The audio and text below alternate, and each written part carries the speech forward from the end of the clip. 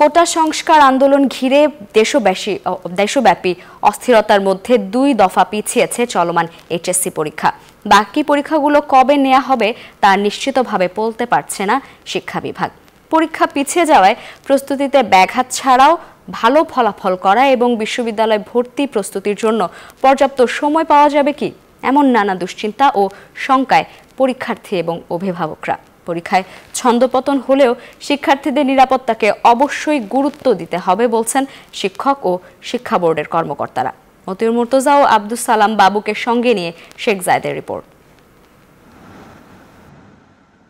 চট্টগ্রামের সিএসবিএইচ কলেজের এইচএসসি পরীক্ষার্থী তাসনিয়া জাফিরা নূর। প্রস্তুতি বেশ ভালো, গত পরীক্ষাগুলো বেশ ভালো হয়েছে। তবে কোটা সংস্কার আন্দোলন ঘিরে সৃষ্টি হওয়া পরিস্থিতিতে কয়েক দফায় ১ আগস্ট পর্যন্ত সব পরীক্ষা স্থগিত করে শিক্ষা বোর্ড। এতে প্রস্তুতিতে ব্যাঘাত ছাড়াও ফলাফল নিয়ে দুশ্চিন্তায় আছে বলে জানায় সে। স্বাভাবিক পরীক্ষার প্রস্তুতির মধ্যে যেরকম একটা পড়া থাকে, গতি থাকে, সেটা ভেঙে গেছে, বাজেভাবে ভেঙে গেছে। সন্তানের পরীক্ষা ও ফলাফল নিয়ে শঙ্কার কথা জানান অভিভাবকরাও। তার পরীক্ষার মান কেমন হবে এবং পরীক্ষার রেজাল্টটা কেমন হবে, ফলাফলটা কেমন হবে, সেটাও তো একটা ভাবার বিষয় আছে। চট্টগ্রামের মতো দেশের অন্যান্য শিক্ষা বোর্ডের এইচএসসি ও সমমান পরীক্ষার্থীরাও জানিয়েছেন তাদের দুশ্চিন্তার কথা। পরীক্ষা কবে হবে বা কখন হবে, কবে শেষ হবে, এই নিয়ে আমরা দুশ্চিন্তার মধ্যে আছি।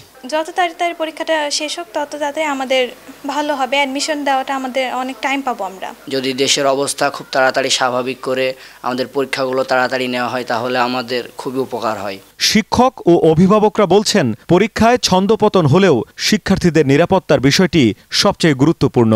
দ্রুত সমস্যা সমাধান করে বাচ্চাদেরকে আবারও পরীক্ষাগুলো সুষ্ঠুভাবে যেন নেয় এবং সামনে ভর্তি পরীক্ষাগুলো যেন আমরা সুন্দরভাবে বাচ্চাদেরকে অ্যাডমিশন দেওয়াতে পারি। শিক্ষার্থীরা তাদের নিরাপত্তা বিপন্ন করে পরীক্ষায় বসবে, এটা কখনোই হতে পারে না, হওয়া উচিত না আমাদের কারোরই।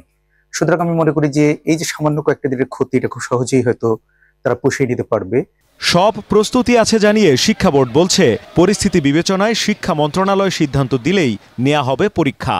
এটা তো ঊর্ধ্বতন কর্তৃপক্ষের নির্দেশ, আমরা তো পরীক্ষা জাস্ট আয়োজন করি, এটা তো নীতি নির্ধারণী পর্যায় থেকে সিদ্ধান্ত হয়, আমরা উপর থেকে যে নির্দেশনা আসবে সেই অনুপাতে কাজ করব। গত ৩০ জুন শুরু হয় চলতি বছরের এইচএসসি ও সমমানের পরীক্ষা। এবার ৯টি সাধারণ শিক্ষা বোর্ড এবং কারিগরি ও মাদ্রাসা শিক্ষা বোর্ডের মোট পরীক্ষার্থী 14,50,790 জন।